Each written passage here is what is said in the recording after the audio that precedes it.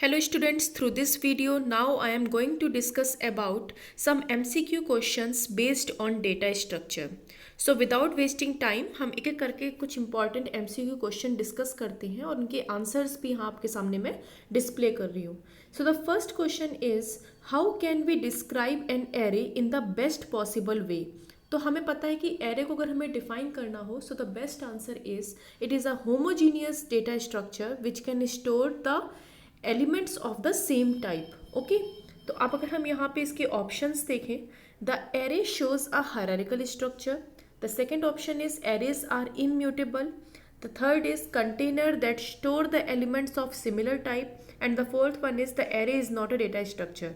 तो I think fourth भी गलत है बिकॉज एरे हमारा एक डेटा स्ट्रक्चर है. एरे हमारा हायरार्किकल स्ट्रक्चर शो नहीं करता है, ए ऑप्शन भी इनकरेक्ट है. एरे हमारा इम्यूटेबल है, ये भी हमारा करेक्ट ऑप्शन नहीं है. So the best option is container that stores the element of similar type. Okay, the next one is how can we initialize an array in C language. So हमारे पास first option है data type given है, array name given है, but C जो हमने value pass की है for initialization वो वैल्यू हमने पैरेंथेसिस में दी है. So this is the wrong syntax. The second one data type given है, एरे नेम गिवन है, और अब की बार हमारे पास में जो हमने वैल्यू दी है वो भी करेक्ट फॉर्म में दी है, बट हेयर जो हमने एरे का साइज डिक्लेयर किया है वो हमने पैरेंथेसिस में दे दिया है, जबकि वो हमें स्क्वायर ब्रैकेट में गिवन होना चाहिए. तो ये भी ऑप्शन हमारा इनकरेक्ट है. The third one is data type है, एरे है, साइज है, एंड अब की बार हमने डेटा जो दिया है फॉर इनिशियलाइजेशन वो भी हमारा करेक्ट फॉर्म में है. So the correct option is C option. Okay, next is which of the following is the advantage of array data structure. So let's see the options. Elements of mixed data type can be stored. This option is wrong because element जो array होता है वो हमारा हमेशा same type के elements को store करता है. The second one is easier to access the elements in an array. Yeah, this one is correct because हमें पता है कि जो हमारे array data structure में जितने भी elements होते हैं वो continuous form में store होते हैं. So if you know the index number तो हम initially ईजियर वे में अपने एलिमेंट्स को एक्सेस कर सकते हैं. So this one is correct. Next is index of the first element starts from 1. No, index हमेशा स्टार्ट होता है 0 से. Elements of an array can not be sorted, ये भी गलत है. हम अपने एलिमेंट्स एरे के एलिमेंट्स को सॉर्ट कर सकते हैं using any sorting algorithm. So the correct option is easier to access the elements in an array. Next is which of the following highly uses the concept of an array? Binary search tree, caching, spatial locality या फिर scheduling of process. So basically यहाँ पे जो binary search tree है this option is wrong. Okay, caching option is again wrong. Next is special locality. Yeah this option is correct. Why? Because special locality का मतलब क्या होता है कि अगर हम कोई करंटली रिसेंटली कोई इंस्ट्रक्शन एग्जीक्यूट करा रहे हैं तो जो नेक्स्ट इंस्ट्रक्शन होता है वो इमीडिएटली उसका नेक्स्ट होता है. ठीक है, जहाँ पे हमारी जो करंट इंस्ट्रक्शन मेमोरी के जिस लोकेशन पे स्टोर्ड है जो नेक्स्ट इंस्ट्रक्शन होती है वो उसके जस्ट बाद में होती है. तो स्पेशल लोकेलिटी का मतलब भी ये है. और हमें पता है कि हमारी एरे में जो डेटा स्टोर्ड होता है वो कंटिन्यूस फॉर्म में होता है, एक के बाद एक. तो जो नेक्स्ट इंस्ट्रक्शन है उसको हम इजीली एक्सेस कर सकते हैं. So special locality basically highly use करता है हमारा कंसेप्ट ऑफ एरे को. Next is which of the following is the disadvantage of array. So let's see. Stack and queue data structures can be implemented through an array. Yeah this is possible. Okay, stack का implementation भी array के through होता है and queue का implementation भी array के through होता है. So this is not a disadvantage. Next, index of the first element in an array can be negative. Okay, so इसको हम डिसएडवांटेज की फॉर्म में काउंट नहीं करेंगे. Next, wastage of memory if the element inserted in an array are lesser than the allocated size. या this option is correct. Actually में ये हमारा मेजर डिसएडवांटेज होता है एरे का, बिकॉज जब भी हम लोग एरे को डिक्लेयर करते हैं तो पहले हमें स्टार्टिंग पॉइंट पे उसका साइज भी डिक्लेयर करना होता है. ओके, सपोज कीजिए मैंने अपने प्रोग्राम में एरे नेम डिक्लेयर किया है विद साइज 10. ओके, मान लो इन फ्यूचर मेरे पास केवल 5 एलिमेंट्स हैं जो मुझे उस एरे में स्टोर करना है. सो जो रेस्ट 5 एलिमेंट्स की स्पेस है वो कहीं ना कहीं मेरी क्या हो रही है, वेस्ट हो रही है. Okay, so now the major disadvantage of array is wastage of memory if the elements inserted in an array are lesser than the allocated size. So this one is correct answer. Now next is what is the output of the below code. सो अगर हम इस code को देखें तो यहाँ पे हमने array लिया है जिसका साइज 5 है और उसमें हमने कुछ एलिमेंट्स अपने इनिशियलाइज कराए. ओके, उसके बाद हम अपनी एरे को नॉर्मली प्रिंट करा रहे हैं। तो यहाँ पे हम किस एलिमेंट को प्रिंट करा रहे हैं? एलिमेंट जो कि हमारी एरे के 5th इंडेक्सिंग पे है। Okay, so after executing this code what is the output, right? तो हमें एरे के किस इंडेक्स की वैल्यू चाहिए? 5th इंडेक्स की।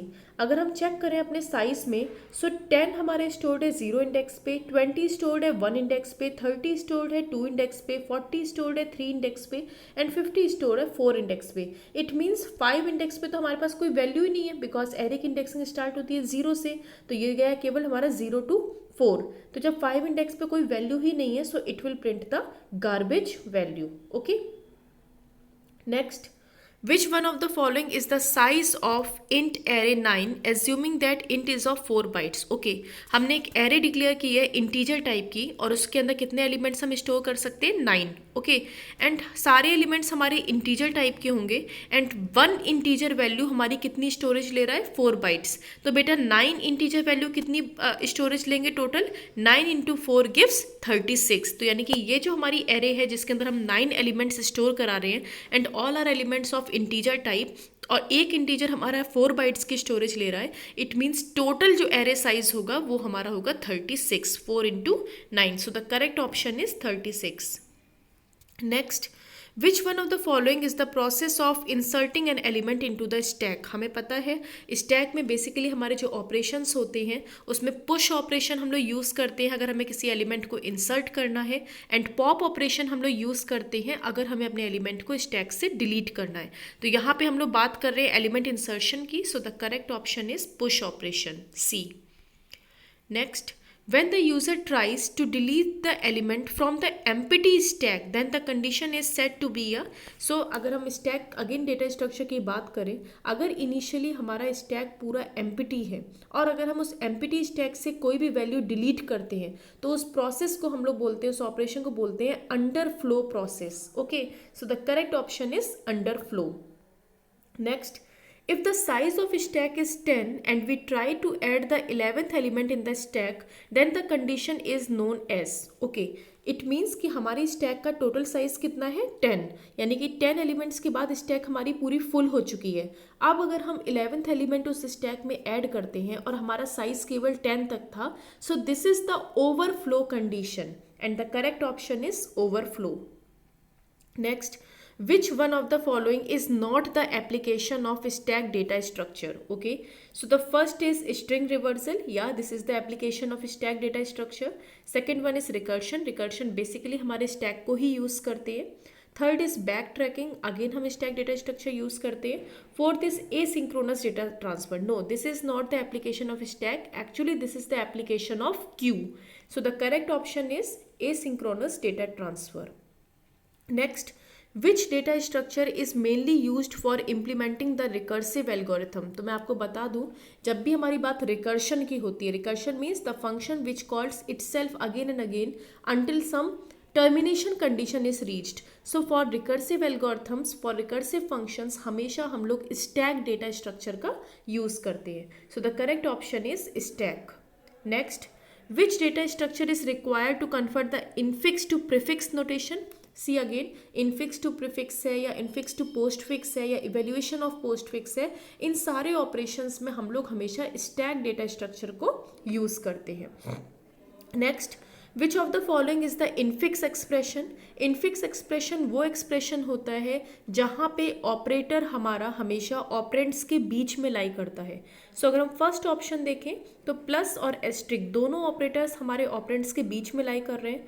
सेकेंड वाले में प्लस हमारा बिफोर ऑपरेंट लाई कर रहा है। थर्ड वाले में प्लस एस्ट्रिक हमारे आफ्टर ऑपरेंट्स लाई कर रहे हैं and fourth is none of the above. So the correct option is A, because यहाँ पे जो हमारा प्लस और एस्ट्रिक ऑपरेटर्स हैं ये हमारे ऑपरेंट्स के बीच में लाई कर रहे हैं। Next, which of the following is not the correct statement for a stack data structure? Okay, array can be use to implement the stack, yes, because stack को हम लोग एरे के यूज से भी इम्प्लीमेंट कर सकते हैं और क्यू के यूज लिंक लिस्ट से भी हम लोग इम्प्लीमेंट कर सकते हैं। Okay, stack follow first in first out, no this one is not correct because stack follow last in first out. It means जो वैल्यू हम लोग लास्ट में इंसर्ट करते हैं वही वैल्यू हमारी फर्स्ट आउट होती है। Third, elements are stored in sequential manner, या it is true.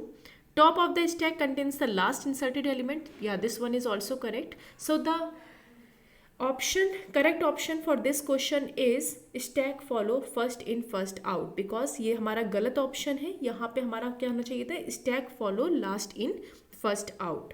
So I think students, इस वीडियो के थ्रू आपको कुछ बेसिक एमसीक्यू क्वेश्चंस जो आपके डेटा स्ट्रक्चर पे बेस्ड है, कुछ जनरल आइडिया आपको मिला होगा. नाउ आने वाली बहुत सी वीडियोस मैं आपके सामने अपलोड करूंगी जिसमें हम इसी टाइप के एमसीक्यू क्वेश्चंस जो कि आपके डेटा स्ट्रक्चर पे बेस्ड होंगे हम डिस्कस करेंगे. Okay, so thank you students.